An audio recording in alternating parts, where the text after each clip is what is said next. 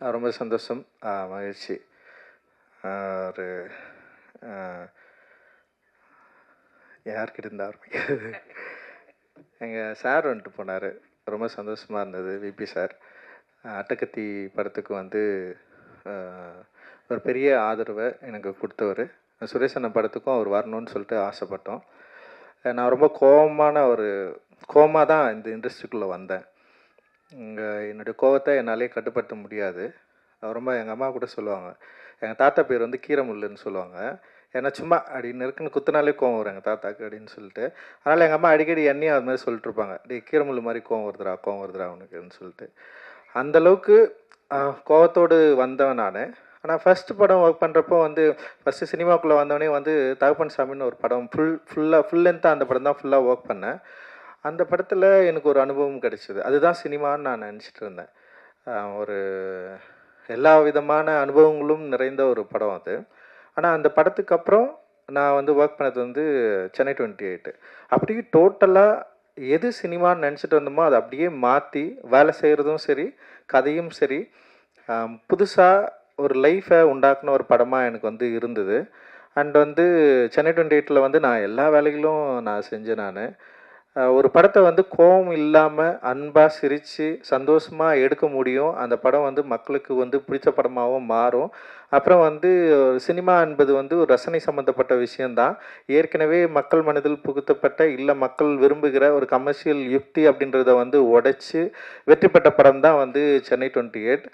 அதை எடுத்த VP sir தான் என்னுடைய கோவத்தை எல்லாத்தையும் மாற்றி ஒரு ஜாலியாக ஒரு படம் ஜாலியாகவும் நீ அமைதியாகவும் ஒரு படத்தை உன்னால் எடுக்க முடியும், எல்லாரையும் வந்து ஜாலியாக அவங்ககிட்டேருந்து வேலை வாங்கி உன்னால் படம் எடுக்க முடியும்னு சொல்லிட்டு எனக்கு வந்து சொல்லி கொடுத்தாரு. ஸோ அந்த லேர்னிங்லேருந்து தான் என்னுடைய கோவங்கள் வந்து மாற்றி வெறும் படைப்பில் வந்து என்னுடைய கோவத்தையும் மக்கள்கிட்ட வந்து வேலை செய்கிற இடத்துல மனிதர்கள்கிட்ட வந்து நம்ம இருக்கிற சுவாபத்தை வந்து டோட்டலாக மாற்றிக்கிற தன்மையும் வந்து விபி சார் கிட்டேருந்து தான் நான் வந்து ரொம்ப ஸ்ட்ராங்காக வந்து நான் கற்றுக்கிட்டேன். ஸோ சார் வந்து இந்த நிகழ்வுக்கு எங்களுக்கு வந்து அவருடைய அன்பையும் நன்றியை வந்து தெரிவித்தது வந்து எனக்கு ஒரு மிகப்பெரிய சந்தோஷமாக இருக்குது. அந்த சாருக்கு வந்து ரொம்ப ரொம்ப நன்றி. அவருடைய பிஸியான ஸ்கெடியூலில் வந்து எங்களுக்காக வந்திருந்தார். ஸோ அப்படின்ற ஒரு இடத்துலேருந்து தான் வரோம். இன்னொன்று சினிமாவில் ஒன்று இருக்குது. இப்போ நாங்கள்லாம் வந்து வரப்போ கல்யாணம் ஆகாமல் ஒரு யங்ஸ்டராக சின்ன வயசுலேயே வந்து அசிஸ்டன்ட் டைரக்டராக நாங்கள் வந்து வந்துட்டோம். சுரேஷ் அண்ணா வந்து இண்டஸ்ட்ரிக்குள்ளே வரப்போ வந்து கல்யாணம் ஆகிட்டு ஒரு பெரிய மெச்சூர்டான ஒரு கேரக்டராக வரப்போ, ஸோ கல்யாணம் ஆகிட்டு வந்தாலுமே வந்து சினிமாவில் என்ன பண்ணுவோன்னா, கல்யாணம் ஆனால் சக்ஸஸ் பண்ண முடியாது. கல்யாணம் ஆகிட்டு வரவங்களுக்கு வந்து ஒரு பொறுப்பு இருக்காது. ஏன்னா அவங்களுக்கு வந்து குடும்பன்ற ஒரு குடும்பத்தோட ஒரு நிறைய தொடர்பு இருக்கும். அவங்களால வந்து ஃபுல் டைம் ஒர்க் பண்ண முடியாது. ஸோ இந்த மாதிரி ஒரு சிக்கலுக்குள்ளே இருந்தது. ஏன்னா தகப்பன் சாமி நான் ஒர்க் பண்ணுறப்போ கூட ஒரு அண்ணன் வந்து ரொம்ப கஷ்டப்படுவார். அந்த அண்ணன் கஷ்டப்படுறதுக்கு மெயின் ரீசனே அவர் கல்யாணம் ஆயிடுச்சு. அவர் ஏதாவது ஒரு தப்புனாலுமே வந்து டக்குன்னு ஃபஸ்ட்டு வந்து உனக்கு கல்யாணம் ஆயிடுச்சுல, நீ அதனால தான் அப்படி பண்ணுவேன் அப்படின்னு சொல்லிட்டு அவங்க மேலே வந்து ஒரு பெரிய வார்த்தை போட்டே இருப்பாங்க. அண்ட் எனக்கு ரொம்ப ஆச்சரியமாக இருக்கும், சுரேஷ் அண்ணாவோட பசங்கள்லாம் அவர் வரப்பே வந்து அவங்க பசங்கள்லாம் பெரிய பெரிய பசங்க. இண்டஸ்ட்ரிக்குள்ளே வந்து அவர் எங்கள் கூட சேர்ந்து ஒர்க் பண்ணுறப்ப எங்கள் டீம்லேயே வந்து ரொம்ப மூத்தவர்னா வந்து சுரேஷ் அண்ணன் தான். ஸோ அவர் அப்படி உள்ளே வரப்போ அவரை நம்ம ஃபஸ்ட்டு இந்த மாதிரியான ஒரு சூழல் இருக்குதுல்ல, அதை பிரேக் பண்ணி அவர் உள்ளே வந்து ரொம்ப கான்ஃபிடென்ட், ரொம்ப தனியாக ரிசர்வ்டாக தான் இருப்பார் ஃபஸ்ட்டு. இப்போ நான் பிச்சுமணி ஸ்ரீபதி எல்லாம் வந்து ஒரு டிஸ்கஷனுக்குள்ளே இருப்போம். ஆனால் சுரேஷ் அண்ணா கொஞ்சம் வெளியவே இருப்பார். கொஞ்சம் ஃபஸ்ட் டைமில் வரப்போ கொஞ்சம் ரிசர்வ்டாகவே இருந்தார். ஆனால் கொஞ்சம் கொஞ்சமாக அவர் உள்ளே வந்ததுக்கப்புறம் அவருடைய என்ன சொல்கிறது, ஒரு அன்பும் அந்த ஸ்பான்டேனியஸான ஒரு காமெடி சென்ஸும் இருக்குல்ல, அது வந்து அவருக்கு ஒரு பெரிய ரசிகத்தன்மையை வந்து உருவாகுச்சு. அண்ட் வந்து அதுக்கப்புறம் அவர் கூட வந்து நாங்கள் ரொம்ப நெருங்கி வந்து பழக ஆரம்பித்தோம். அண்ட் அவர் எப்போவுமே அவங்க வீட்டுக்கு கூப்பிட்டுருவார். அவங்க வீடு வந்து எப்படின்னா ஒரு சினிமா குடும்பம். அது அந்த குடும்பம் பார்த்திங்கன்னா சினிமா பற்றி டிஸ்கஸ் பண்ணுவாங்க, சினிமா பற்றி எல்லாத்தையும் தெரியும், எல்லா பாடல்கள் பற்றி டிஸ்கஸ் பண்ணுவாங்க. ஒரு படம் கமர்ஷியலாக படம் வந்து இருக்கா இல்லையான்றது வந்து அந்த குடும்பத்துக்கு நீங்கள் படம் போட்டு காட்டினீங்கன்னா போதும், அவங்களுக்கு படம் பிடிச்சிச்சுன்னா படம் வந்து கமர்ஷியல் ஹிட் அது. ஸோ அந்தளவுக்கு வந்து அந்த குடும்பம் வந்து இருக்கும். அம்மாவாக இருக்கட்டும், சுரேஷ் அண்ணாவுடைய ஒய்ஃப் வந்து அண்ணியாக இருக்கட்டும், அவங்க வந்து சோறை வந்து ஆக்கி போட்டு அவங்களுடைய அன்பை வந்து பயங்கரமாக காட்டுவாங்க. இங்கே தான் சென்னையில் குறிப்பாக இங்கே இருக்க கேகே நகரில் தான் வந்து இருக்கிறாங்க. அவங்க வீட்டில் நீங்கள் போனீங்கன்னா அப்படியே வந்து வாழை இலை பெருசாக போட்டு வந்து எல்லா விதமான கறியும் வச்சு அப்படியே சோத்தை வந்து நிறைய கொட்டி சாப்பிட சொல்லி அவ்வளோ அன்பை வந்து கொடுக்குற ஒரு குடும்பமாக வந்து சுரேஷ் அண்ணா குடும்பம் தான். அவங்க அம்மா வந்து பயங்கரமாக வந்து சாப்பிட சொல்லுவாங்க, அன்னிங்க பயங்கரமாக சாப்பிட சொல்லுவாங்க. சஞ்சய் அவங்க பசங்க நீங்கள் இப்போ கூட போனீங்கன்னா அந்த குழந்தைங்கள்லாம் வந்து அவ்வளோ உரிமையாக வந்து அங்கிள்னு கூப்பிடும். லைக் வந்து நமக்கு வந்து அந்த உறவு மேலே இருக்கிற ஒரு பெரிய பற்றே வந்து ரொம்ப ஆச்சரியமாக இருக்கும். இப்போ நான்லாம் வளர்ந்ததுக்கப்புறம் எங்கள் அண்ணன் தம்பிக்கிட்ட நான் வந்து அந்தளவுக்கு க்ளோஸாக பேசிக்கிறேன்னா அதில் ஒரு சின்ன ஒரு ஒரு இப்பன் பட்ஸ் இருக்கும். என்னால் வந்து அவ்வளோ க்ளோஸாலாம் இருக்க முடியாது. ஆனால் சுரேஷ் அண்ணனை பார்த்தா அவங்க அண்ணன் தம்பிங்க எல்லாருமே இன்னைக்கு வரைக்கும் வந்து அவ்வளோ க்ளோஸாக அவங்களால இருக்க முடியுது. அந்த உறவை அவங்களால சென்னையில், குறிப்பாக சென்னையில் அவங்க இருந்த காலகட்டம் வந்து ஃபுல்லாக வயல்வெளிகள் நிறைந்த ஒரு கேகே நகரில் வசிச்சிருந்த ஒரு ஆள் இன்னைக்கு வந்து முழுக்க பில்டிங்காக மாறி போன ஒரு இடத்துல வந்து அந்த பில்டிங்குள்ளே தங்களுடைய உறவை வந்து அந்த குடும்ப உறவை வந்து காப்பாற்றிக்கிட்டு அதை அவங்க வந்து அதை கொண்டாடுற விதம் இருக்குதுல்ல, அது வந்து பயங்கரமாக நமக்கெல்லாம் ஒரு பெரிய பாடமாக இருந்தது. அண்ட் அதுவுமே அவர் கூட எனக்கு வந்து ஒரு பெரிய ஒரு ஒரு க்ளோஸ் ரிலேஷன்ஷிப்பை வந்து உருவாக்குச்சு. அவர்கிட்ட நான் எப்போவுமே வந்து ஒரு ஒர்க்கராக நான் டீல் பண்ணதே ஒரு அண்ணனாக தான் நான் அவரை எப்போவுமே நான் வந்து பார்த்துருக்கேன். எல்லாருக்குமே எங்கள் டீமில் எல்லாருக்குமே வந்து சுரேஷன் எதாவது பிரச்சனைனா சுரேஷன் சொல்லுவார். அவரோட டிமாண்ட் இல்லாத ஒரு பர்சன். அவருக்குன்னு ஒரு தேவையோ இல்லை எனக்கு இது வேணும் இது வேணாம் இல்லை நான் இப்படி தான் அப்படின்னு எதுவுமே இல்லாமல் அவர் பாட்டுன்னு வருவார், ஒர்க் பண்ணுவார், பயங்கர சப்போர்ட்டிவாக இருப்பார்.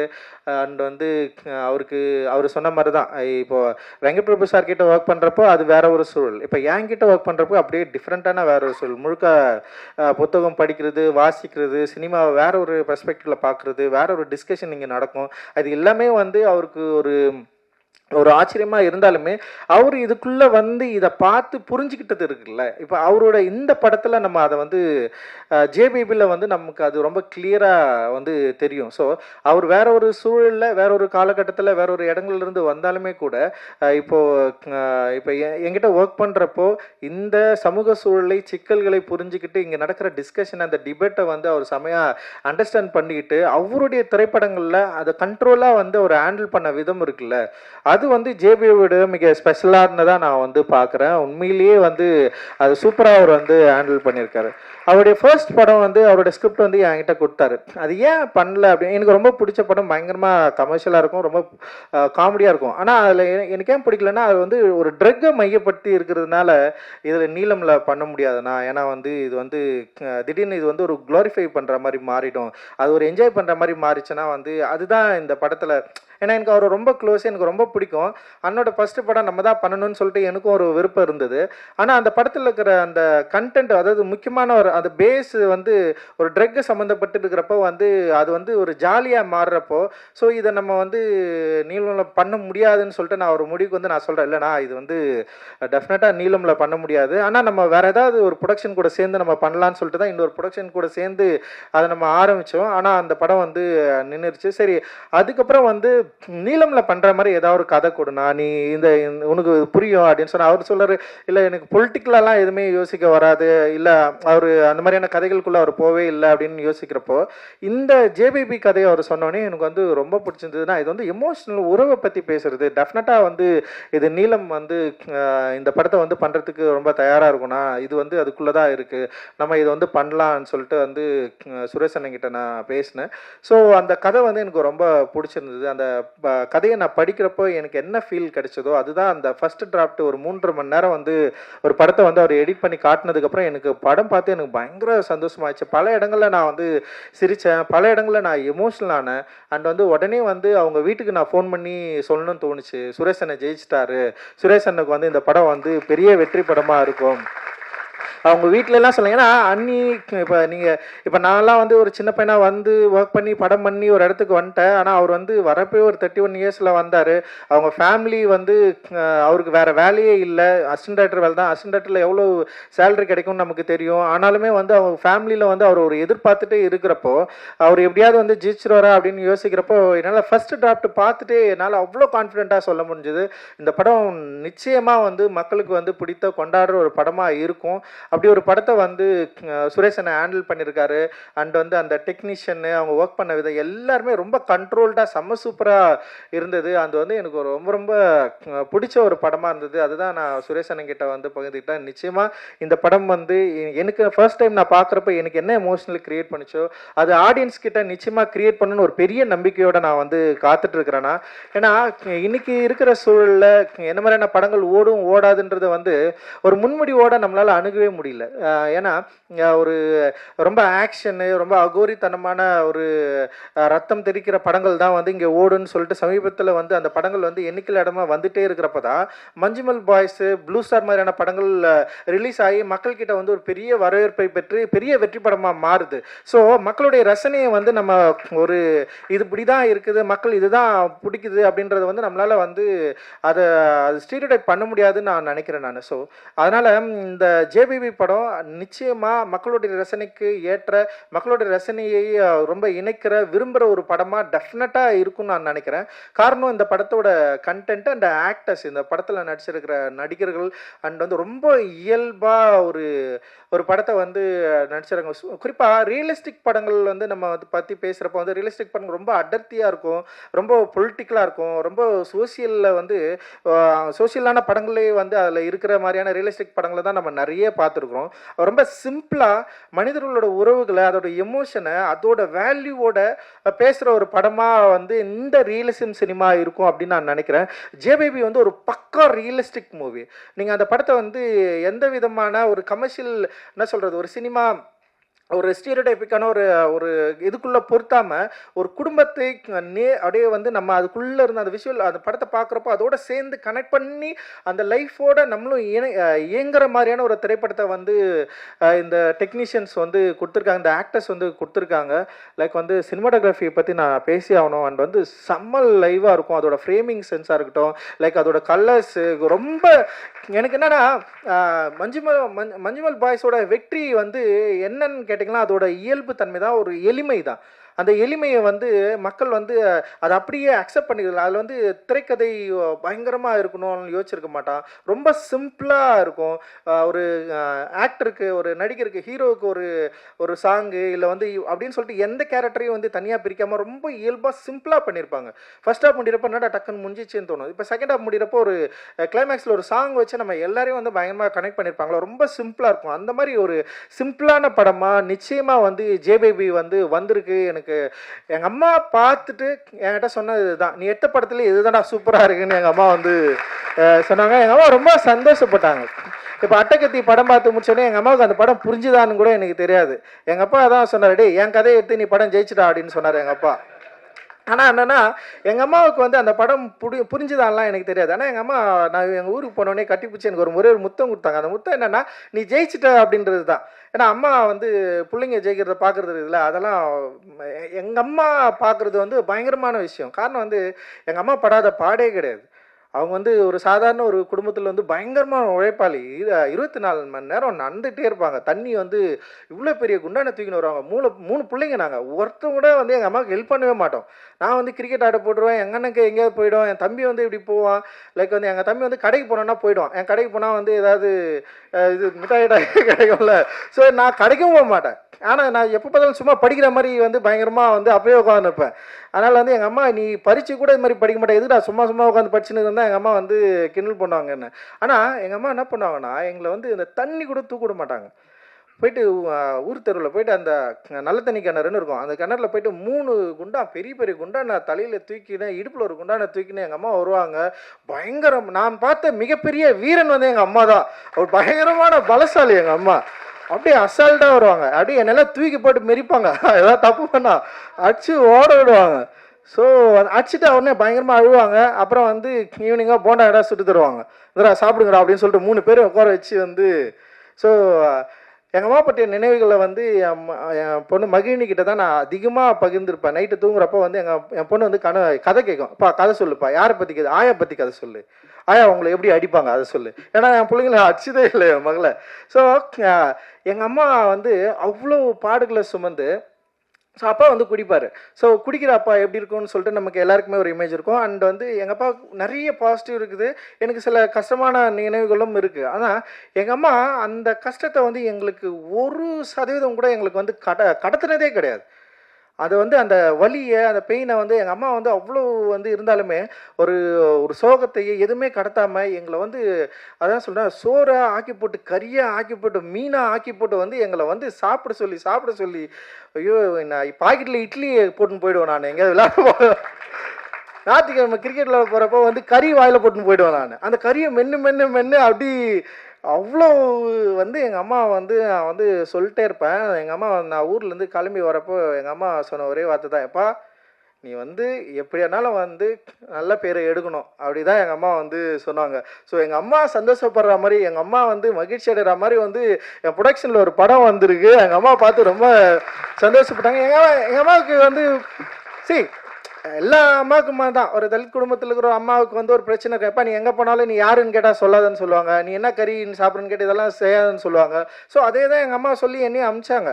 நம்ம பேசுறதை பார்த்து எங்கள் அம்மாவுக்கு ரொம்ப பயம் இருக்கும். எப்போ போகிறப்ப டே ஏன்டா நீ இப்படி ஸ்டேஜில் இப்படியெல்லாம் பேசுகிற, கத்தாதரா, சண்டை போடாதரா, யார்கிட்டே நீ எதுக்குடா இப்படி பண்ணுற, பயமாதரா, வயிற்றுல நெருப்பு கட்டின்னு இருக்கிற மாதிரி இருக்குன்னு சொல்லுவாங்க எங்கள் அம்மா ஒவ்வொரு முறையும்.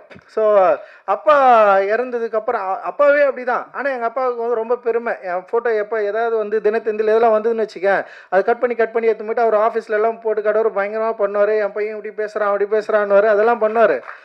ஆனால் கடைசி காலத்தில் அப்பா வந்து ஹாஸ்பிட்டலில் இருக்கிறப்போ எனக்கு வந்து அப்போ ராஜராஜன் சொன்ன இஷ்யூவில் வந்து எனக்கு வந்து இந்த பெயில் கிடைக்கிறதுல கொஞ்சம் போயிட்டு இருந்தேன். அந்த டென்ஷனில் அப்பா இருந்தார். அப்போ அப்பா மூக்கில் இதெல்லாம் வச்சுட்டு இருந்தாங்க.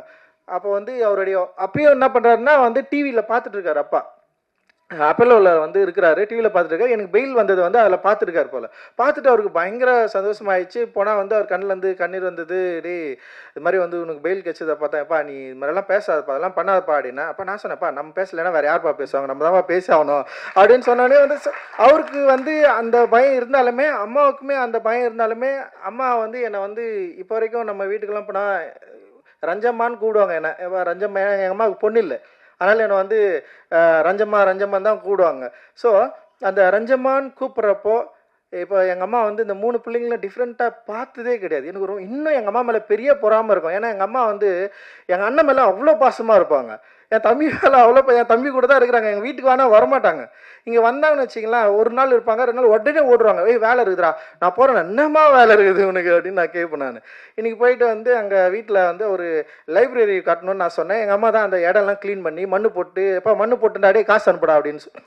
ஸோ இந்த மாதிரி அம்மா வந்து என்னோட அம்மா இருக்காங்கள்ல, அந்த அம்மாவை லைக் வந்து ஜேபிபியில் வந்து அந்த மாதிரி ஒரு அம்மாவை நம்ம பார்க்குறப்போ வந்து பல இடங்களில் வந்து எனக்கு வந்து எமோஷ்னல் ஆச்சு. ரொம்ப சிம்பிளாகவே எமோஷ்னலாகிற ஒரு ஆள் தான் நான். ஏன்னா எங்கள் அப்பா வந்து டிவி பார்த்துன்னு இருக்கிறப்போ வந்து தங்கச்சி பாசம் வந்துச்சுன்னா எங்கள் அப்பாவுக்கு தொண்டையெல்லாம் ஒலிக்கும், அப்படியே அழுவார், கண்ணீராக ஊற்றும், தேம்பி அழுவார். நாங்களாம் பயங்கரமாக உட்காந்து சிரிச்சுட்டு இருப்போம். ஸோ அந்த டைமில் நமக்கு புரியாது இல்லை, டிவி பார்க்குறப்போ ஒரு அம்மாவை பற்றி வரப்போ இல்லை வந்து தங்கச்சியை பற்றி வரப்போ ஒரு எமோஷ்னல் பயங்கரமாக ஒர்க் ஆகும் எங்கள் அப்பாவுக்கு. ஸோ அந்த மாதிரி நான் இப்போ இந்த படங்கள்லாம் பார்க்குறப்போ உட்காந்து நான் எழுதுன்னு இருக்கிறேன் நான்.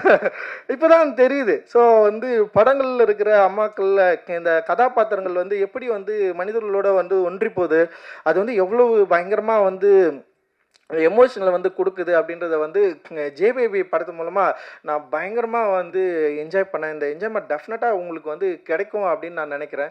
ஸோ ஏன்னா இன்றைக்கி ஒரு டேர்ம் உருவாயிடுச்சு, இந்த மாதிரியான படங்கள் யார் பார்ப்பாங்க, இந்த மாதிரி படங்களுக்கு என்ன ரசிகர்கள் இருக்கிறாங்க. இப்போ ஓடிடி தளங்களே இந்த மாதிரி படங்களை வாங்குறதுக்கு பயங்கரமாக யோசிக்கிறாங்க. அவங்க சொல்கிறது என்னென்னா, எங்களுடைய ரசிகர்கள் வேறு, எங்களுடைய ரசிகர்கள் வந்து இந்த மாதிரியான படங்களை வந்து பார்க்க மாட்டாங்க, அவங்க வந்து ஒரு முன்முடிவோடு இருக்கிறாங்க. எனக்கு ரொம்ப ஆச்சரியமாக இருக்குது.